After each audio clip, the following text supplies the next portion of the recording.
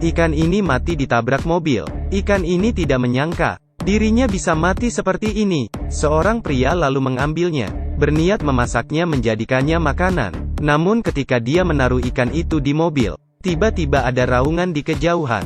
Dia berjalan perlahan ke sana. Pemandangan di depannya membuatnya tercengang. Ternyata asal suara itu berasal dari Putri Duyung Hitam. Dia dengan hati-hati menyentuhnya dengan tongkat kayu. Tapi Putri Duyung itu sepertinya sudah mati. Tidak ada bergerak. Ini adalah ikan raksasa. Pasti bisa dijual dengan harga tinggi. Melihat tidak ada siapapun, dia membawanya pergi dengan mobilnya, membungkusnya dengan kantong, dan menyeretnya ke rumah.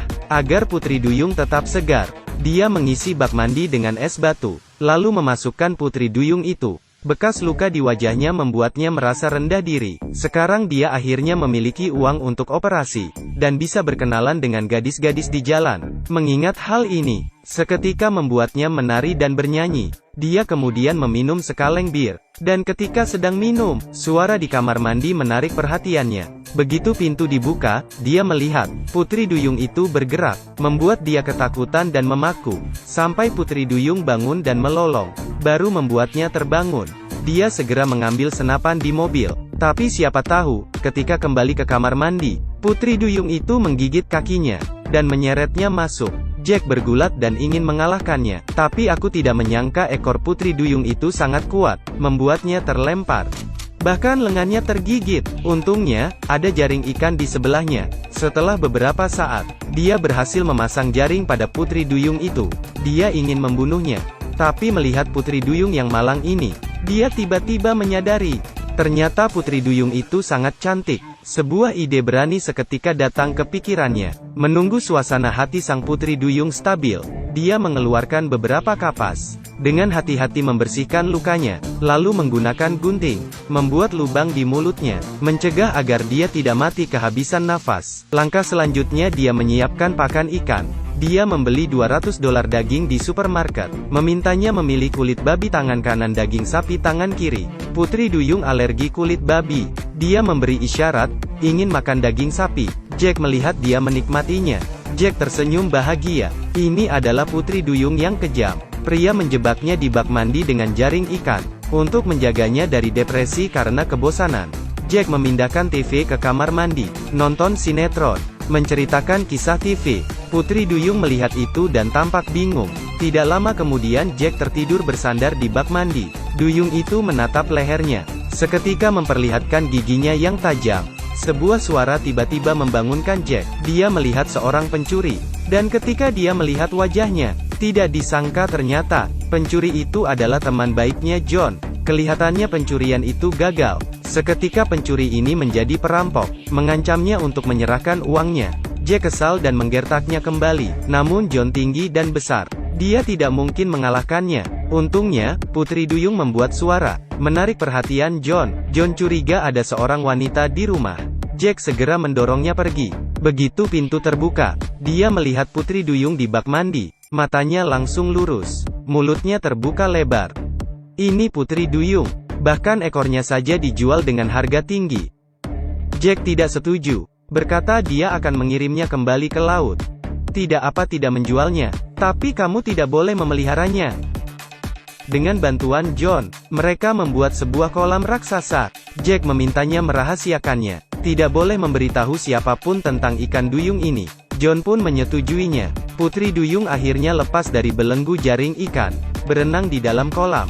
Di malam hari dia mengeluarkan 2 kilogram daging, menyiapkan steak mentah dan matang. Setelah membuang mentah di kolam ikan, dia berbicara tentang masa lalunya yang tragis. Ternyata dia dulunya adalah pria tangguh yang terkenal, membunuh ribuan hiu dengan tangan kosong.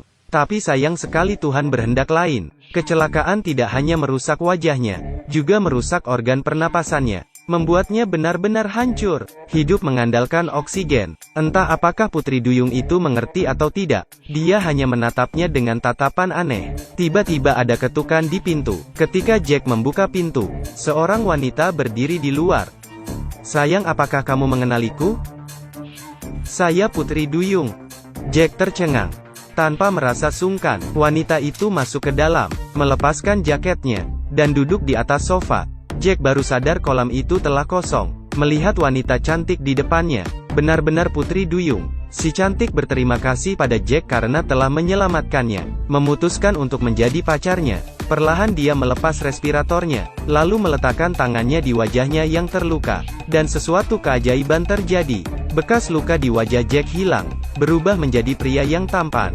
Dia mendekatkan wajahnya dan menggigit bibirnya. Adegan selanjutnya agak kejam. Kita lewati saja. 7 hari telah berlalu. Jack merasa lebih kuat. Putri duyung menatapnya dengan wajah kagum. Sekarang dia merasa seperti dia bisa membunuh seekor sapi dengan satu pukulan. Saya hiu tua. Seorang pria tangguh. Dia mengambil 2 bir. Akan minum-minum dengan si cantik. Namun, saat itu juga, beberapa mobil tiba-tiba datang. Dia segera berpakaian dan keluar memeriksa. Ternyata John membocorkan. Mereka memintanya menyerahkan ikan itu, lalu mereka akan membagi hasilnya. Melihat mereka banyak orang, Jack menolaknya. Dia meminta mereka menunggu di luar. Dia kembali ke rumah dan membawa duyung keluar. Tapi penonton tidak akan menyangka akan terjadi. Jack benar-benar menembak mereka, mengancam mereka agar pergi. Dia tidak berani menembak kita.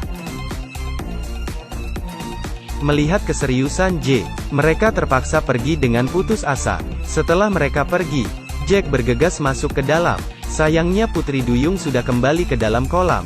Dia bertanya pada duyung apakah dia ingin pergi bertualang. Dia sudah lama tidak mencium bau laut. Sambil berkata, dia mengeluarkan tangga, memanjat naik ke atas, meraih tangannya, ingin membawa putri duyung ini pergi dari sini. Dan ketika duyung menyentuh tangannya, tapi putri duyung tidak naik bersamanya, melainkan dia menarik Jack masuk ke air. Melihat kedua mata putri duyung, matanya terlihat sangat menawan, pikirannya penuh dengan kenangan mereka bersama.